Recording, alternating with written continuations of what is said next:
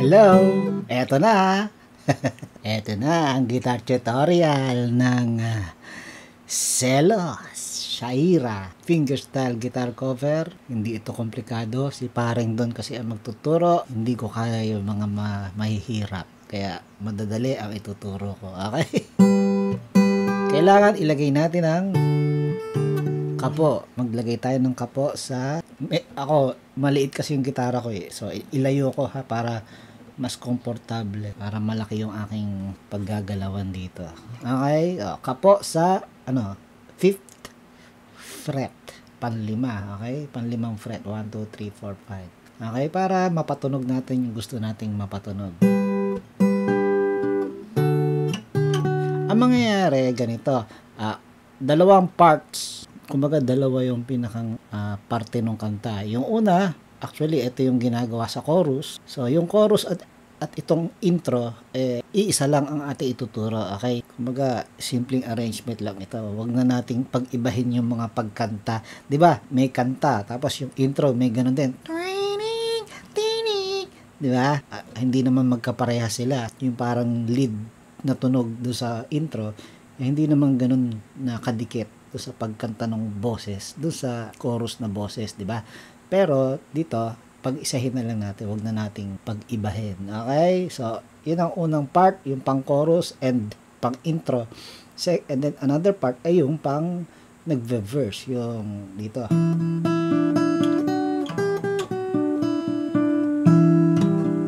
Yon. Okay? Pag-aaralan mo muna isa-isa and then saka mo i-combine na para mabuo yung kanta. Okay? So, ganito yung style ng pagtuturo gagawin ko sa inyo. Mag-familiarize muna tayo kung ano yung chord do sa intro, do sa chorus. Tinig! Ang chord ay D. Tinig! Tinig! A. Tinig! B minor. Tinig! Tinig! F sharp minor 7. Tinig! G. Tinig! Tinig! D.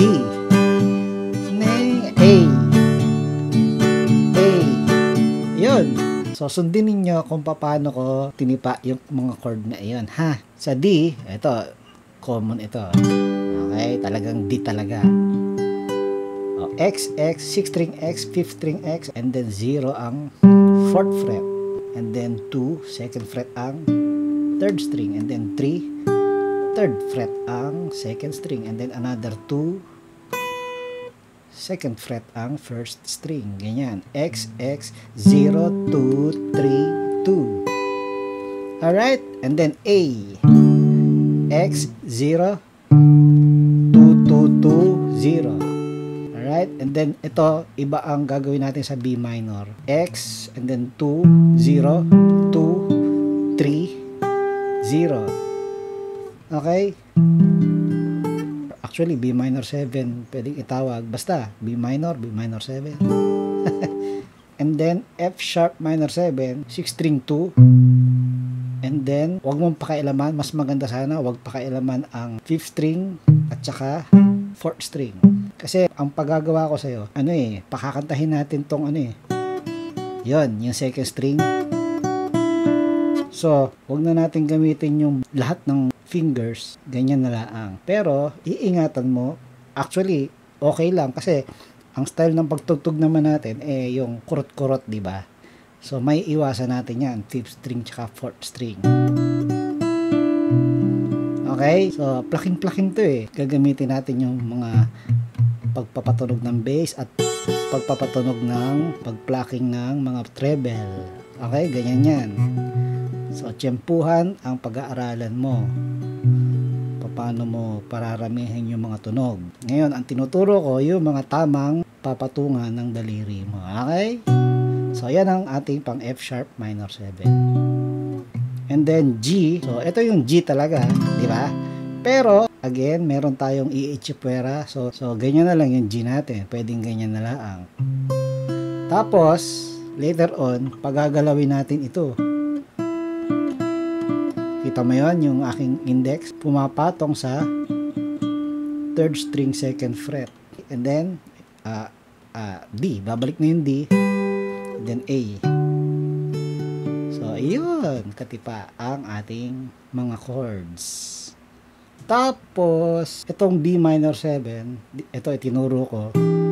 Meron pa ako isang ituturo. Ito yung pang verse natin katipa. So, dun, pag nagve-verse tayo, ganito ang gawin mo. Puro second fret to. 5th string, second fret, 3rd string, second fret, na gets, and then 1st string, second fret.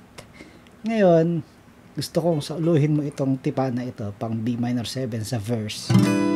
Pero, hindi pa laging ganyan. Kumbaga, pinakakanta nga natin eh. So, may time na wala ito, tapos ginagawa rin natin yung B minor na itinuro ko sa iyo kanina. Ganon. So, basta yan dalawang yan, ha? Tsaka ito yung kanina.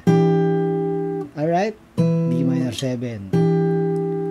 And then, last chord, ito, involved na naman ito sa verse. Itong G major 7. Okay? Gagawin natin yan mamaya sa verse. Alright, yan ang mga chord na involved sa pag-finger picking style natin ngayon dito sa kantang ito. Let's go. So, again, ang chord D, 1, 2, 3, 4, A, 2, 3, 4, B minor 7, 3 and 4, F sharp minor 7, G, 2, 3 and 4, D, 2 and 3 and 4, A, 2 and 3 and 4 and 5 and 6 and 7 and 8. Let's go sa pagpapakanta, okay? So, yun ang bilang, di ba? Mag-plucking ka.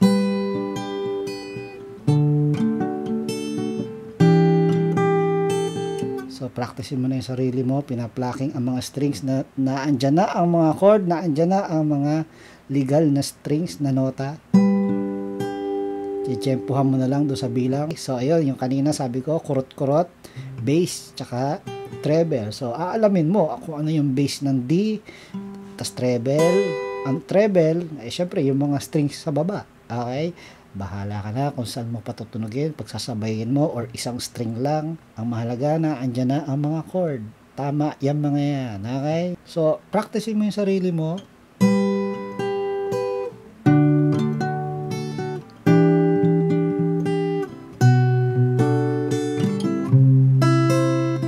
Dapat iwasan yung mga X, yan ang pagpapracticean mo rin. Iiwasan ng daliri mo na huwag makalabit. Okay?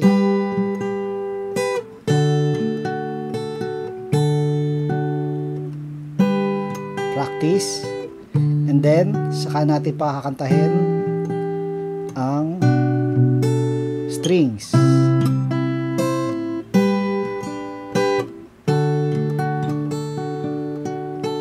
Let's go. Ang pakakantahin natin, D tayo, D. I-open mo muna ang first string. Ayan, saka natin pakantahin ang, mag-D ka na. So, pinagsabay ko, kinurot ko. Pero, ang pinakanta ay yung first string. Tapos, isa ulit kalabit, and then second string. Okay?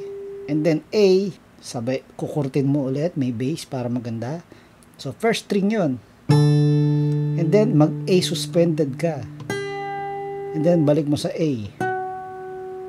Okay? And then, pakalabitin mo ulit para paglipat ng B minor,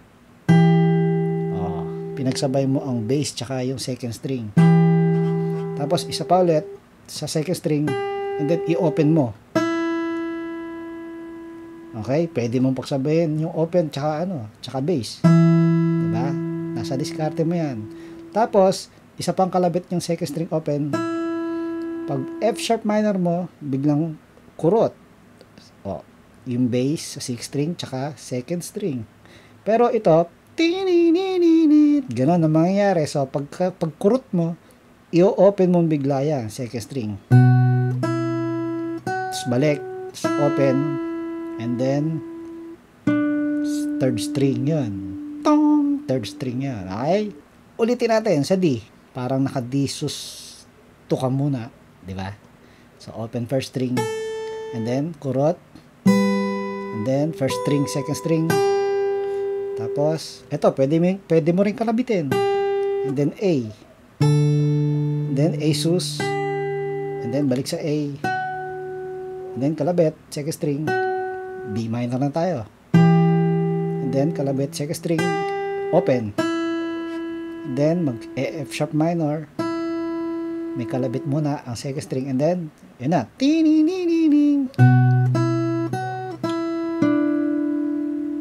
Tapos, isang kalabit din. G na tayo, G. So, pagkalabit natin ang kurot sa G, yung open second string, dagdagan mo. Dalawa. So, naging tatlo, ano? Yung una, yung kurot, tapos, dalawang solo yung second string. Yan. Tapos, saka may lalagay itong sinasabi kong third string, second fret. Tapos, balik sa second string, open. Tapos, kalabitin mong first string. And then, D. Pero, marami itong first string. Pang, pang, pang. Gets mo? Kurot, pang, and then, pang, pang, and then, open, first string, and then, second string, and then, A. Tapos, bahala ka na. Kumbaga, freestyle plucking ka na. Or strumming. So, diskarte natin yan. Yun ang pang chorus, pang intro, okay?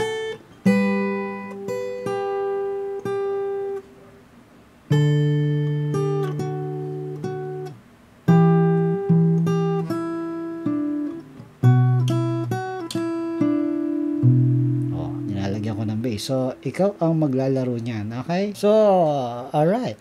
So, demo tayo. Mabagal lang. Let's go. Open first string. Oh, kurot.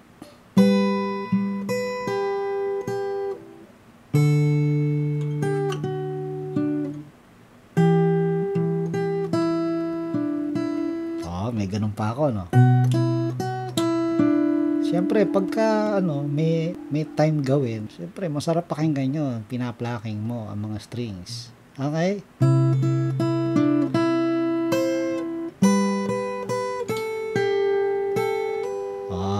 Inano ko pa, hinammer ko pa.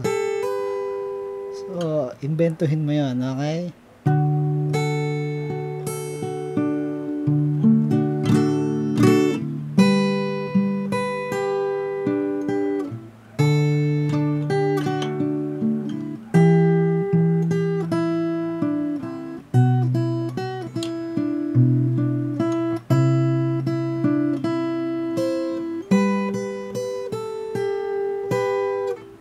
Alright?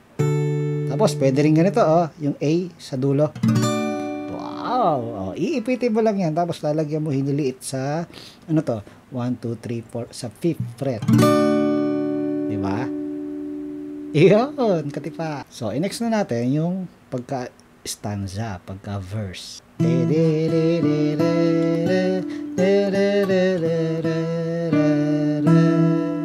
So, sa B minor 7, pakantahin mo yung naanditong ang palaging kumakanta ay third string, second string. So, kurot. Ganon. Marami yung second string, pero una ay kurot. Tapos, third string. Tapos, second string. Tapos, lagyan mong bigla ang second string, second fret. Tapos, pwede mong kurutin. Yun. So, paano yun? Kurot, naka third fret ang second string. Isa pa, baba, second fret ang second string. Tapos, kalabitin third string. Tapos, biglang bitaw, biglang open ang second string. Tapos, balik sa third string. Tapos, kurutin mo para may bass. Tapos, gawin mo yung sinasabi kong gantong B minor 7. Tapos, pakantahin mo ulit.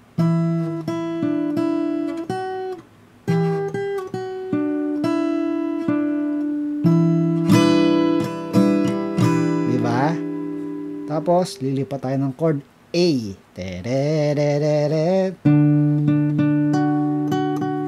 Yun. Paano yan? Bass mo ay 5th string. Tapos, third string, katipa. Tapos, paandarin mo lang yung pag-plucking mo. Pang, third string, second string, first string. Ganon. Naka-A ka. Talagang A na chord lang. So, kurot, fifth string, third string, Tapos third string dalawa. Second string.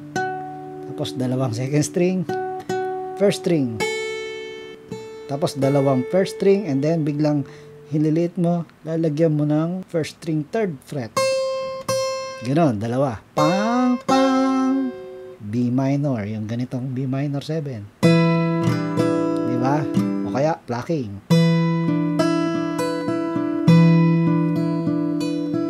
A ulit. Kakanta ulit na. Teng, teng, teng, teng, teng, teng, teng. Okay? O, ginanong ko pa. Pinlocking ko second string, first string. Tapos, ano ulit? Ganun ulit. Sa first string, third fret. Pero, ang susunod dito ay yung G major 7. Okay, kukurutin mo 6 string tsaka yung treble sa baba. Okay? Pang! Tapos open first string. Balik sa G major 7. Tapos open ulit na mabilis na gagapang ang first string. Ganon. Okay? So, paano yan? Open first string, second fret, third fret, second fret, open, balik sa G major 7. Ang puso ko'y diba? Ay, tapos na tayo. Ganon. I-demo na lang natin ang verse. Kasi ituloy ko na pang ending ng video na ito ay yung chorus. Okay? So, pakantahin na natin. La, la, la, la, la.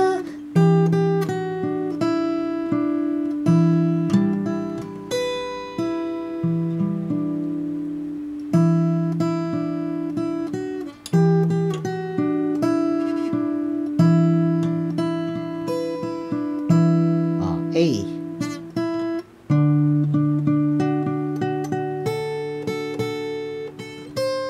Okay, B minor.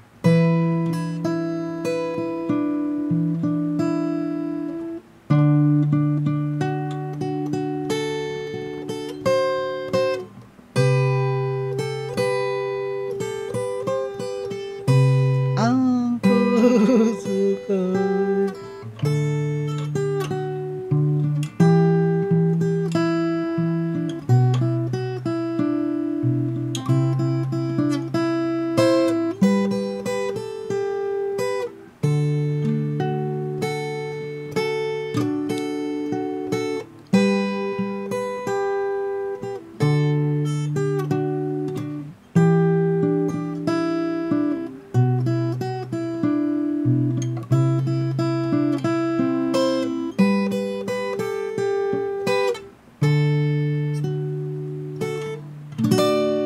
Alright?